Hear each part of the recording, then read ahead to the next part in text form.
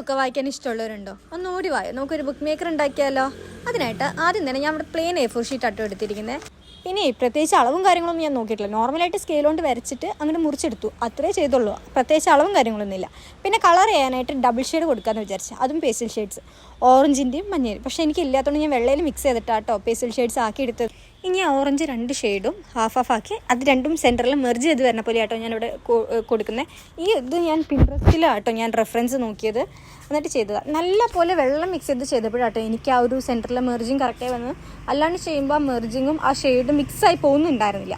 അങ്ങനെയാട്ടോ അപ്പോൾ ചെയ്തത് അത്യാവശ്യം നല്ല രീതിയിൽ. അതുകൊണ്ട് തന്നെ വെള്ളം മിക്സ് ചെയ്തുകൊണ്ട് തന്നെ ഞാൻ ഈ പേപ്പർ A4 മുറിച്ച് കഴിഞ്ഞിട്ട് ഇതിൻ്റെ അടിയിൽ വേറൊരു, അതെനിക്ക് തോന്നുന്നു ഞാൻ വീഡിയോ കാണിക്കുന്നില്ല, പക്ഷേ ഒരു പേപ്പറും കൂടെ കട്ടിക്ക്, പേപ്പർ നല്ല ടിന്നായി പോയി, അതുകൊണ്ട് ഈ ഒരു പേപ്പറും കൂടെ കട്ടിക്ക് ഞാൻ ഉണ്ടാക്കിയിട്ടുണ്ടായിരുന്നു, അടിയിൽ ഒട്ടിച്ച് കൊടുത്തിട്ടുണ്ടായിരുന്നേ. എന്നിട്ട് നമുക്ക് ഇഷ്ടമുള്ളൊരു കോട്ട് എഴുതാം. പിന്നെ എഴുതാനായിട്ട് ഇവിടെ ഞാൻ നോർമൽ സാധാ ജെൽ പെന്നാട്ടോ എടുത്തിരിക്കുന്നത്. യൂണോമാക്സ് എന്ന് പറഞ്ഞ ഒരു ബ്രാൻഡിൻ്റെ ജെൽ പെന്നാണ് ഞാൻ ഇവിടെ എടുത്തിരിക്കുന്നത്. വളരെ സിമ്പിളായിട്ട് എൻജോയ് യുവർ ലൈഫ് എന്ന് പറഞ്ഞൊരു കോട്ടും അതോടൊപ്പം ഒരു ചെറിയ പൂവാട്ടോ ഞാൻ കൊടുത്തിരിക്കുന്നത്.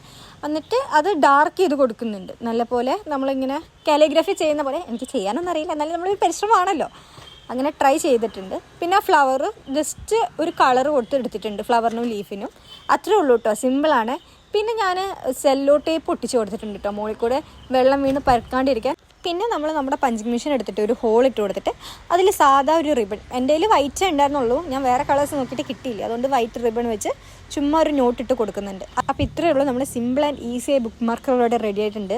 ജസ്റ്റ് നമുക്കൊരു ബുക്കിൽ വെച്ച് കാണാം. ഞാനിപ്പോൾ ചേട്ടൻ ഭഗവതിൻ്റെ ബുക്ക് വായിക്കുന്നത്, അപ്പോൾ അതിൽ തന്നെ വെച്ച് കാണിക്കാം. അപ്പോൾ ഇത്രയേ ഉള്ളൂ. Thank you.